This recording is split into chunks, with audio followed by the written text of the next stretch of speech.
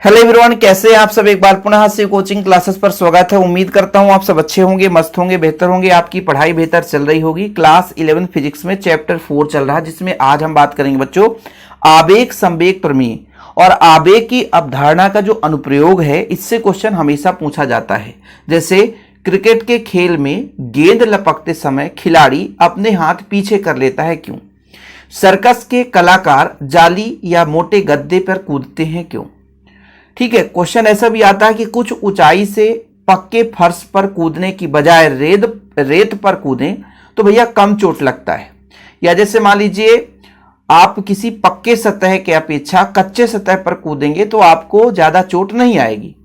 कारण बताना है। कांच के बर्तन को फर्श में फेंकोगे तो टूट जाएगा, लेकिन वहीं पे आप मिट्टी पे फेंकोगे, मिट्टी वाले जमीन पर फेंकोगे तो नहीं टूटता। इसके पीछे रीजन क्या है? तो ये आता है बच्चों आवेग की अवधारणा के अनुप्रयोग के अंतर्गत। तो सबसे पहले हम बात करते हैं आवेग संवेग का प्रमेय। ये कहता क्या है? प्रमेय तो हमें याद करना ही पड़ेगा। इस संवेग आवेग प्रमेय के आधार पर किसी बल का आवेग जो होता है उस बल द्वारा उत्पन्न संवेग में परिवर्तन के बराबर होता है। मतलब किसी बल का आवेग उसी बल द्वारा जो संवेग में परिवर्तन होता है उसके मान के बराबर होता है।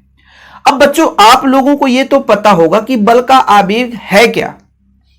बल का आवेग है क्या? किसी वस्तु पर बल का कितना प्रभाव होता है वो बल का आवेग कहलाता है। सबसे पहली बात, किसी वस्तु पर बल का कितना प्रभाव होता है जो कि बल और कितने समय अंतराल तक लगा है उसके मल्टीपल के बराबर होता है।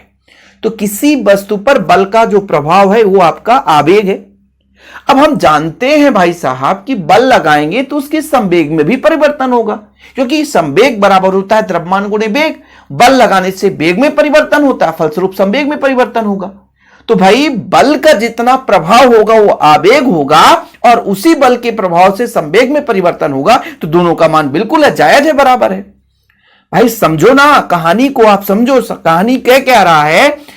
आवेग संवेग प्रमेय कहता है कि बल का आवेग और बल द्वारा उत्पन्न संवेग में परिवर्तन दोनों बराबर होते हैं। तो बिल्कुल हम समझ सकते हैं, क्योंकि बल का आवेग है क्या?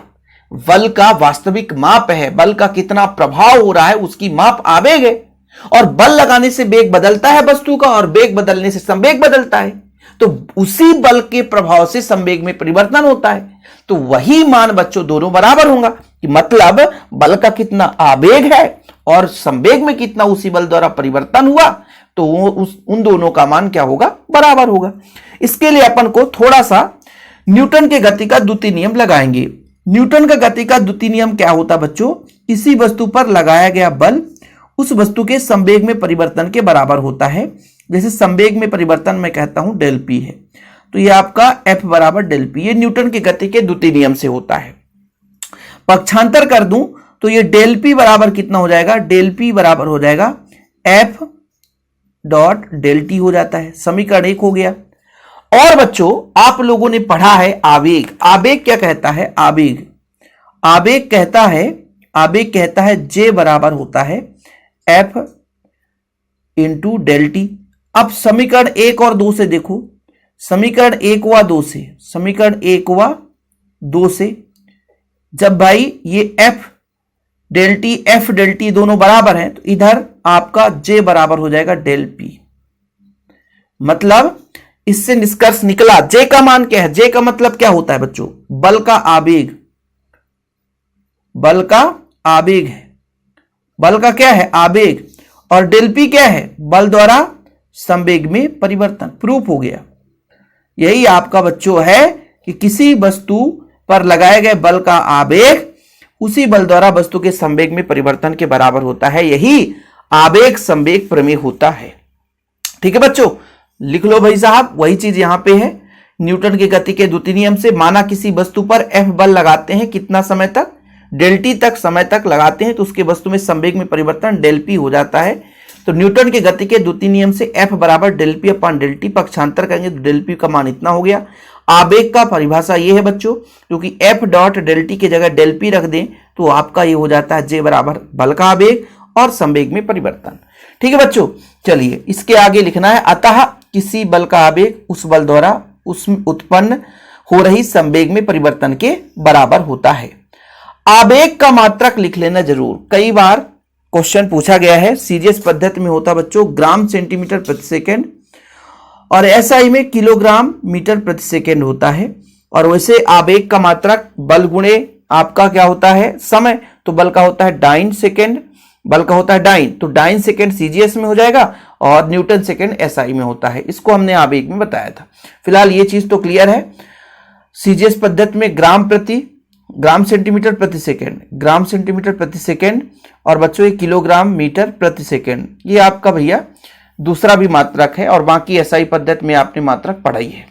अब इससे संबंधित बहुत महत्वपूर्ण क्वेश्चन पढ़ेंगे बच्चों कि आप लोगों ने अभी एक फार्मूला आवेग संवेग प्रमेय से ये चीज आपने निकाला है और आप इसको न्यूटन की गति के द्वितीय नियम से भी निकाल सकते हैं कि जो आपका एफ होता है बच्चों वो होता है del p upon del t. अब ध्यान रखना ये जो बल का मान है इसका मान यदि कम करेंगे बच्चों, डेल टी का मान जितना कम होगा इतना इसका मान बढ़ेगा। क्या होगा बच्चों? बढ़ेगा। मतलब समय कम करेंगे तो बल का मान बढ़ेगा और यदि समय को अधिक करेंगे, अधिक समय लगेगा तो बल का मान कम हो जाएगा, बल का मान कम हो जाएगा। व्युत्क्रम है बच्चों, व्युत्क्रम का मतलब होता है सीधा सीधा उल्टा। समझिएगा भाई साहब। यदि हम कहते हैं बच्चों इस तरीके से, देखो F बराबर है 100/5, फिर बच्चों 100/10, फिर कहा 100/20, तो 5 का भाग दिए तो 20 आया, 10 का भाग दिए 10 दहाई 100 और 5 आया। जैसे जैसे नीचे का मान बढ़ता है वैसे वैसे बल का मान कम होते जाता। देख लो 20 से 10 हो गए, 10 से 5। यदि नीचे का मान बढ़ाएंगे तो ये F का मान कम होगा। व्युत्क्रम का मतलब यही होता है सीधा सीधा। व्युत्क्रम का मतलब सीधा सीधा यही होता बच्चों, व्युत्क्रमानुपाती। व्युत्क्रमानुपाती का मतलब है उल्टा संबंध। व्युत्क्रमानुपाती का मतलब होता है उल्टा संबंध। आवेग संवेग प्रमेय से यह लगा मतलब कि किसी वस्तु पर यदि समय का मान बढ़ा दिया जाए, इसका मान यदि बढ़ा दिया जाए, समय बढ़ा दिया जाए तो वहां पर लगने वाला बल कम हो जाएगा, लगने वाला बल कम हो जाएगा। इससे क्वेश्चन पूछा जाता है। देखिए एक दो क्वेश्चन लेकर आया हूं, बाकी मैं आपको समझा दूंगा। क्रिकेट के खेल में गेंद लपकते समय खिलाड़ी को अपने हाथ पीछे कर देता है क्यों? मतलब खिलाड़ी अपना हाथ पीछे कर देता है क्यों? देखो भाई साहब, मान के चलता हूं ये गेंद आ रहा है, ये गेंद है बच्चों, गेंद है, खिलाड़ी का हाथ, यहां पे एक खिलाड़ी है, ठीक है, यहां पे हाथ है, ठीक है, 2 हाथ मान लीजिए, खिलाड़ी का 2 हाथ है, ठीक है भाई। अब ये गेंद आएगा यहां पे और ये जब हाथ को नीचे ले जाएगा तो गेंद यहां से यहां तक थोड़ा सा समय में वृद्धि हो जाएगी, समय में वृद्धि हो जाएगी। अब देखिए सिद्धांत आपने क्या पढ़ा कि आवेग संवेग प्रमेय से डेल टी का मान बढ़ाएंगे तो बल का मान कम हो जाएगा।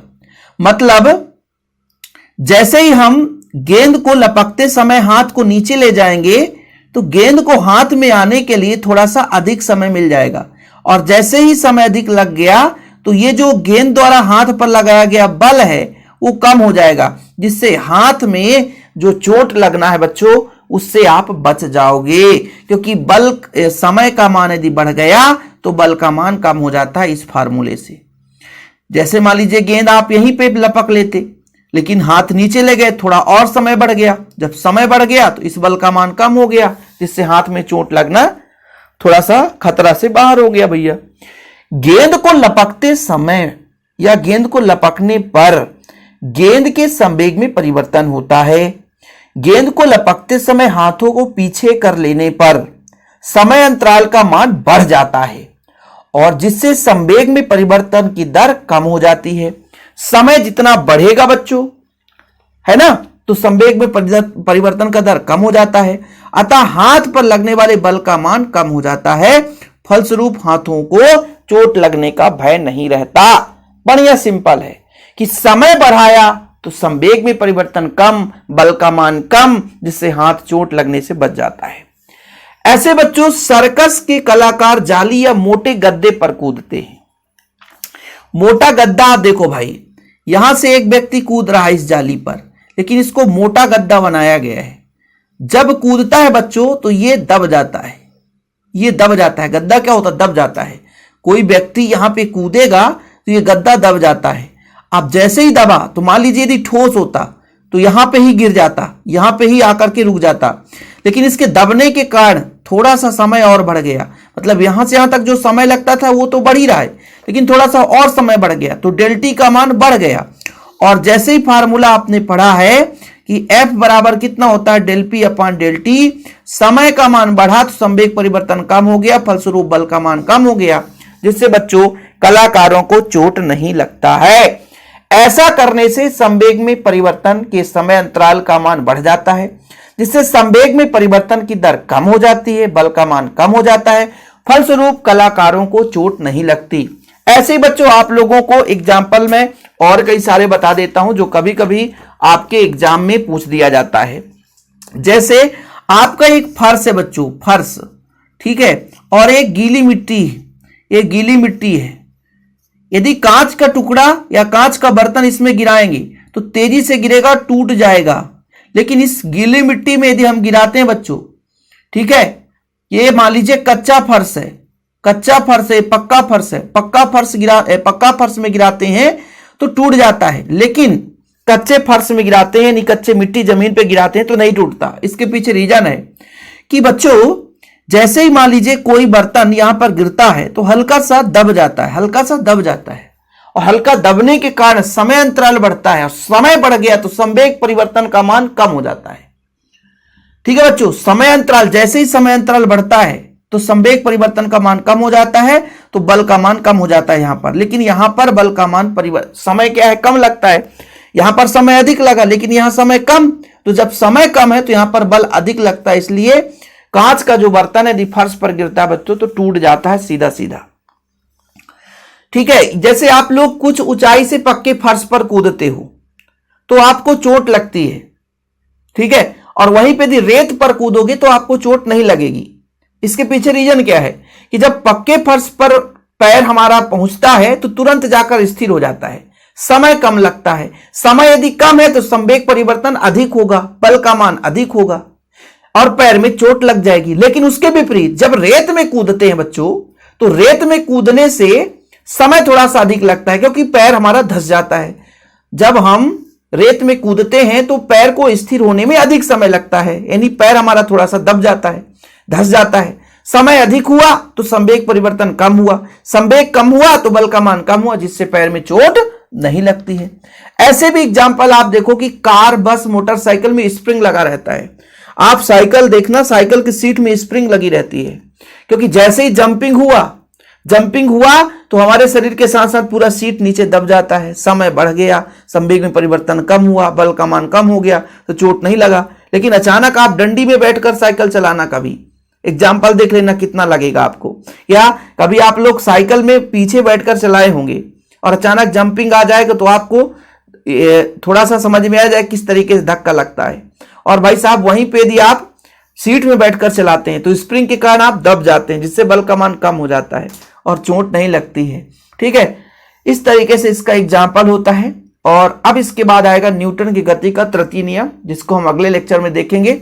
और यदि आपको नोट्स चाहिए बच्चों फिजिक्स का तो कांटेक्ट नंबर नोट कर लो, 9685299149। मेरा पर्सनल नंबर है 9685299149। जिस बच्चे को नोट्स लेना है वो कांटेक्ट कर सकते हैं और प्रॉपर रूप से तैयारी कर सकते हैं। फिलहाल अभी के लिए इतना ही। जय हिंद, वंदे मातरम।